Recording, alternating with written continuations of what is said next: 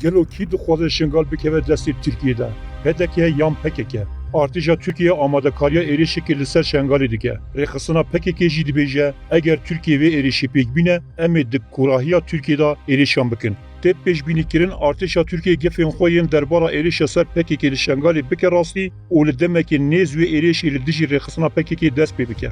Di serdana Mustafa Kazimî Serokwezîrê Îraqa Federal ji bo Tirkiyeyê Tirkiye ev yek eşkere bi Kazimî re gotiye. Hemdem jî re gotiye ku ew bi tu awayê rê nadin şengal bibe qendîla duyemîn. Li gor agahiyên pêgeha Darka Mazî, artêşa Tirkiye bi balafirên keşfê evdema çend rojane taqîba navçeyê bi taybet dewrûbera şengalê dikin. Balafirên keşfa rêya navçeya Mehmûdiyê ji bo şengalê û sunûnê kiriye û ev yek îşareteke zelal e ji bo nêzîkbûna vê êrişê. Ji ber ku ev tevgerên artêşa Tirkiye rasterast paş gefên Erdoganiyên heftiya raborî dest pê kirine dema ragihandî. Em ê şevek ji şevan li şengalê xwe ya bibin. Her kes me baş naz dike û dizane em dikarin vê yekê pêk bînin. Rêxistina PKK ji bo vê êrişî çi dibêje? Gelo rast şengal wê bi derdê Efrînê serê Kahnî û Girêspî biçe, rêxistina PKK di dîroka xebata xwe ya çekdarî da taybet paş ve gerîna Öcalan ji bo Tirkiye li 15 Şubat 1999 rasterast ketiye jêr xizmeta Tirkiye û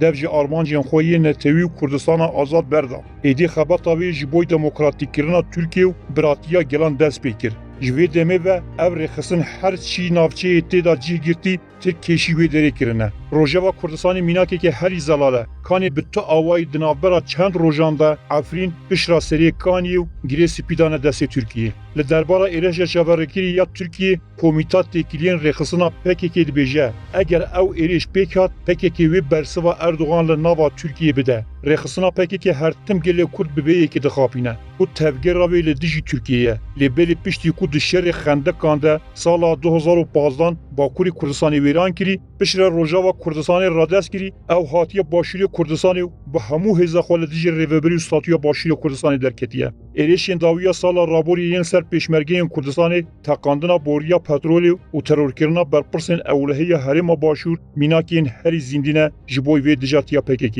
Zêdebarî hencet dane destê Tirkiye ji bo êrişa Tirkiye ya xizîrana sala raborî bi navê Pencebaz û Pencepaleng ku têda pitirî pêncî gundên Başûr bi taybet li sînorê parêzgehiya Doğekê hatin çolkirin û leşkerê Tirkiye bi kurahiya 18 kilometran pêşî Başûr kirî. Paş vê yekê bi destverberdana pitirî pêncî gundan û radestkirina çiyayê herî stratejîk bi navê heftanînê gişîna PKK êrişî Tirkiye bike, sloganên xwe yên mezin bike pratik û leşkerê Tirkiye wekî çawa di çapemeniya xwe da şikandî li ser erdê û bi awayekî pratik jî bişkêne. Bereva jî wê êrişî pêşmerge û saziyên hikûmî yên Herêma Başûrê Kurdistanê kirin. Gelo PDK'ye rêkê ji bo artêşa Tirkiye xweş dike yan jî PKK.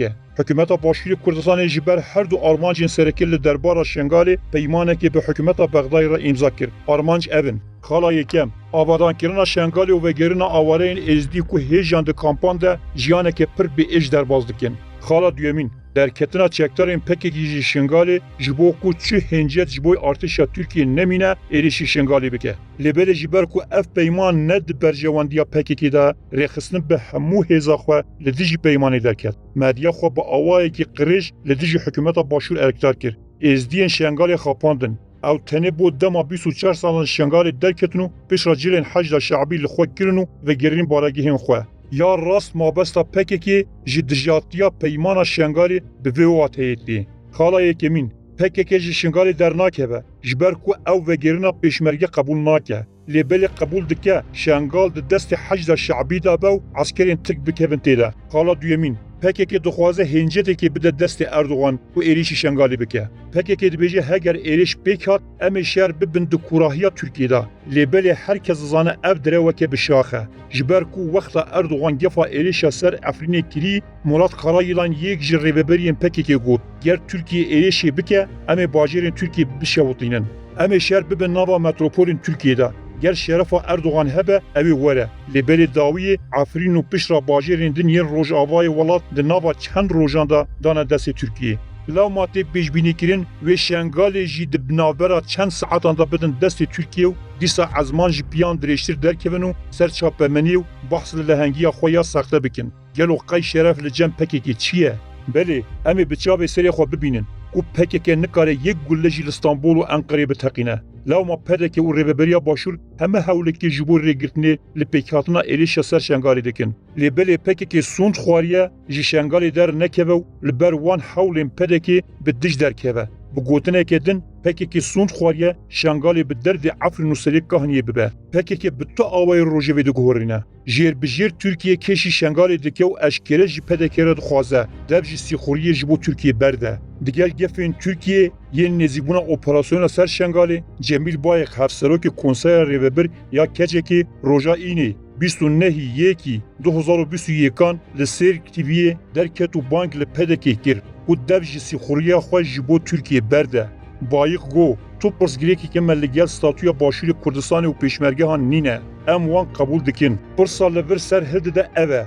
Gelo PKK li çi demekê hebûna pêşmergehan qebûl kiriye. Heya ku ji nû ve qebûl bikin. Dev ji cinayetên rêxistina PKK yên serdema bi zeva rizgarîxwaziyê di derheq pêşmergeyan da berde. Em ê tenê behsê sala raborî bikin. Kanê PKK çend caran bi terzê terorîstan êrişî pêşmergan kir û li Çemankî, Kahnimasî û Sihêla şehîd xistin. Ji xwe Maqay Aldar Xelîl bi talimatên Qendîlê û şexsê Cemîl Bayek beriya çend rojan pêşmergeyên roj bi çete bi nav nekiribûn, ya rast PKK her tim hewl dide şaşîtî û sîxuriya xwe ya ji bo Tirkiyê, Îranê û Sûriyê bike kincek li ber PKK û Rêveberiya Başûr. Hegerna Cemîl Bayek û tevahiya rêveberên PKK ji her kesê baştir dizanin ku heger ew ji Şengalê dernekevin êrişî were kirin. Ew jî ji her kesê baştir dizanin ku PKK hewl dide rêyê li vê êrişî bigire. Lawma Cemîl Bayek ji bo ku vê plana rêxistinê bipaçine hatiye û bang li PKK kiriye û dev jî sîxurtiyê ji bo Tirkiye berde.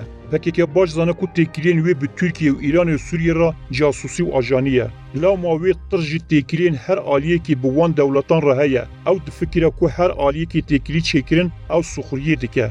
Cemîl Bayek jî têkiliyên Rêveberiya Başûrê Kurdistanê bi dewleta Tirkiye ra bi ajanî dibîne. Ew fêm nake ku çi cûrên têkiliyan hene. Yên Rêveberiya Başûr jî li ser bangeha aborî û bazirganiyê bi Tirkiye ra hatiye avakirin. Ji xwe mezintirîn deriyê sînoriyê bazirganiyê li Iraqê û li Başûrê Kurdistanê ye. Em ê bîra Cemîl Bayek û rêhevalên wî yên keçekê li gotina rêveberê wan Anku Apo bînin. Wexta li 15 Şubat'a sala 1999 dema ku hatiye desteserkirin û vegerandin ji bo Tirkiye çi gotibû. Maqay Apo ne gotibû ez ji bo xizmeta Tirkiye amade me. Maqay ne gotibû dayika min jî Tirk e û ez ji Tirkiye ra hez dikim. Belê apê Cemîl ji xwe gotibû ez ê rêxistina PKK ji bo xizmeta Tirkiyeyekî demokratîk erkdar bikim.